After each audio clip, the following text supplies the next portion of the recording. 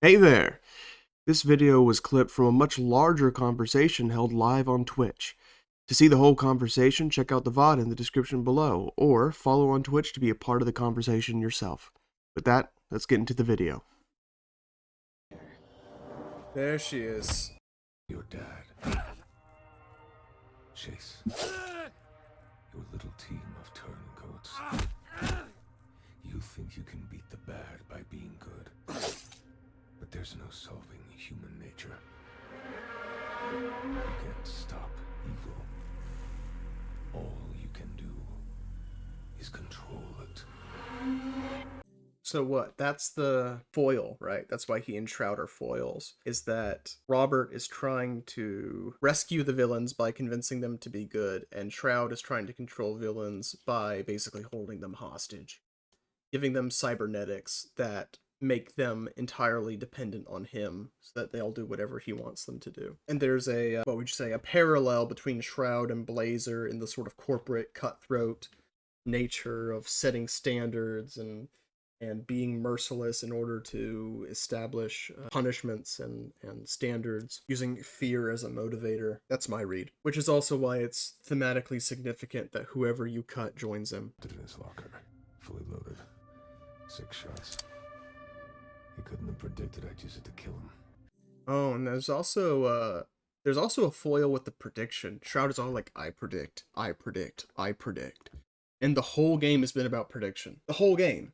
The whole thing of dispatching is it gives you a description, and you're supposed to predict the skills required as well as to predict what special talents might be useful. So that's another foil there. Now, there's a 16.5% chance it touches you next. Again, with the percentages and the predictions and the dispatching, that's also established. But I was also going to say there's also other foil here. I made the joke at the start of the game how Robert could have been a lot more effective against the Skittle Gang if he had Go-Go Gadget Glock. And there's another parallel here, even though it's another foil here, even though it's much more vague in that they both use gadgets, they both rely on technology. But there's also a line that Robert won't cross, which is he will not use a gun. He doesn't use weapons specifically designed to kill. Designed to disable, designed to hamper, but not designed to kill. Versus Shroud, who makes no mistake over using a gun. It's almost a sort of offense versus defense, where he puts all his stuff into his armor and protecting himself, whereas Shroud, he doesn't bother protecting himself, he doesn't bother relying on gadgets. He's simple, effective, to the point. This is why I hate luck. Runs out. He's just like me. He's just like me when I failed a 70% success. It's like a min-maxer. He's like a min-maxer, like someone who's just obsessed with doing everything, playing the game right, as opposed to playing it for the story. I also wonder if there's not another parallel with the fact that Shroud uses cybernetic enhancements and like cyborgs as a comparison to using items. That's just where my head is right now. Internet mentions that he always talks highly of Blonde Blazer. Like, does he have a crush on her? Yeah, well, there's also another thing about, he has this whole deal of, like, real heroes. He thinks Mecha Man is a real hero. He thinks Blazer is a real hero. I think the thing is that he's the foil of Robert, right? So Robert says that anyone can be a hero, right? Anyone can redeem themselves and become a hero. So even these ex-villains can be rehabilitated and become heroes. There's no such thing as hero powers. There's no such thing as villain powers. Whereas Shroud appears to have a much more binary mindset of what is a hero and what is a villain. Everyone is in one category or the other. And he considers Robert and Blazer to be in that category of true hero, which seems to be a combination of intention, morals, and ability. Oh.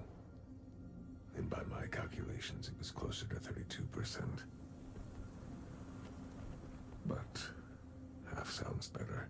Yeah, Shroud is just the player character. He is the player character who is obsessed with min-maxing and maximizing possible chances of success versus just going with the story. That's who he is. That's who he is. He's just trying to play the game. He's just trying to roll the numbers. He's trying to get that number as high as it can go before he sends his guys out on the mission. That's his play. That's his character.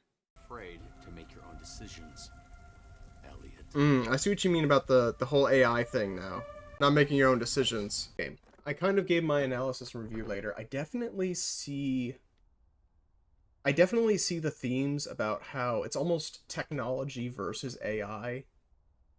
Using technology as a tool versus using technology as a crutch. I see that, but I think it's more so being dark reflections of each other. Where again, it's like Shroud is the min-maxer. He's the guy he's supposed to be a dark reflection of the player, like obsessing over stats and probability. We need to make sure we're sending the people who are most likely to succeed on the job, and really obsessing over that, obsessing over trying to predict, trying to know, min-maxing, doing the most efficient thing that you can do. And I think that's supposed to mirror Robert more than anything else, especially since you can say like over reliance on AI, true, but also a lot of the game is it's I wouldn't be surprised if one of the chief inspirations of this game was the Spider-Man movie with the line, just knowing the people who made this and how tapped in they are to pop culture and Disney stuff.